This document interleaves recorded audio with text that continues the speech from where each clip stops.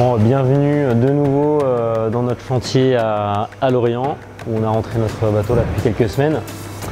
On est dans un moment important là, de tout notre projet pour arriver jusqu'au Vendée. On a découvert notre bateau en 2019, on sait qu'on a une machine incroyable.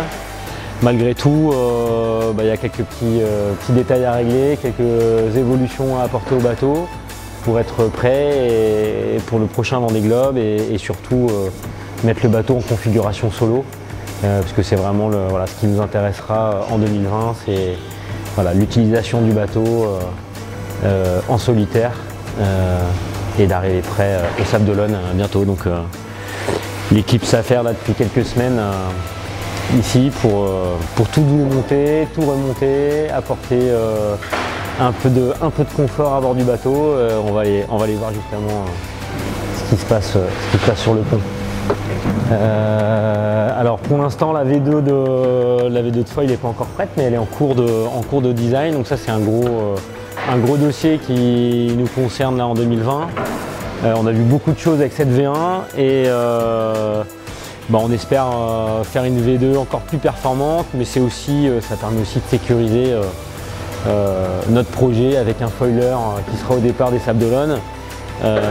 Si on tape et si on casse un foil cette année, il faut beaucoup de temps pour reconstruire une version de foil, et du coup cette V2 elle est là aussi pour ça, quoi. Ça sécurise le fait d'arriver avec les 2 ailes d'avion au Sable d'Olonne dans quelques mois. Et en même temps on en profite évidemment pour faire une paire de foils qui soit encore plus performante. C'est des bateaux qui évoluent en permanence et les foils en font évidemment partie, parce que ça fait partie des organes les plus importants de nos bateaux. Alors bienvenue à bord. Du coup sur le pont il n'y a pas non plus tant d'évolution que ça. C'est des petits détails. Là on voit par exemple qu'on est en train de rajouter des petits hublots sur la casquette. Ces petits hublots vont permettre, quand je suis dans mon poste de veille, que finalement on a découvert en 2019, on ne savait pas trop comment on allait se positionner dans le bateau. Il se trouve que la position juste à côté de la cloison de descente, elle est vachement efficace, et donc c'est pour ça qu'on rajoute une vision, comme ça dès que je lève les yeux, j'ai une vision de ma grand voile et de son réglage,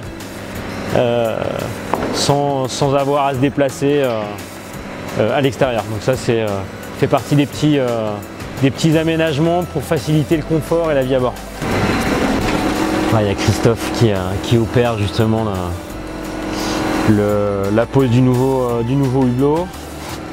On a travaillé aussi l'ergonomie de ce cockpit avec des sièges dans lesquels je vais être un peu plus facilement au repos qu'avant. C'est vrai qu'avant j'étais en appui sur les jambes tout le temps, sur les bras, et là on va faire des vrais sièges de veille efficaces donc dans le cockpit, et on fera pareil, on va essayer de bien travailler l'ergonomie à l'intérieur. Donc là on voit pas encore grand chose, mais on va pas tout dévoiler maintenant. On retravaille aussi tout l'espace de vie à bord du bateau. On s'est rendu compte que les bateaux étaient très violents et qu'il fallait absolument pour aller encore plus vite, ou en tout cas même juste pour utiliser ces bateaux, avoir un espace de vie qui soit plus confortable que ce qu'on avait là en 2019, et se faciliter la vie tout simplement. Donc je vous en dis pas plus, mais en tout cas il y aura des gros changements à l'intérieur pour l'année 2020.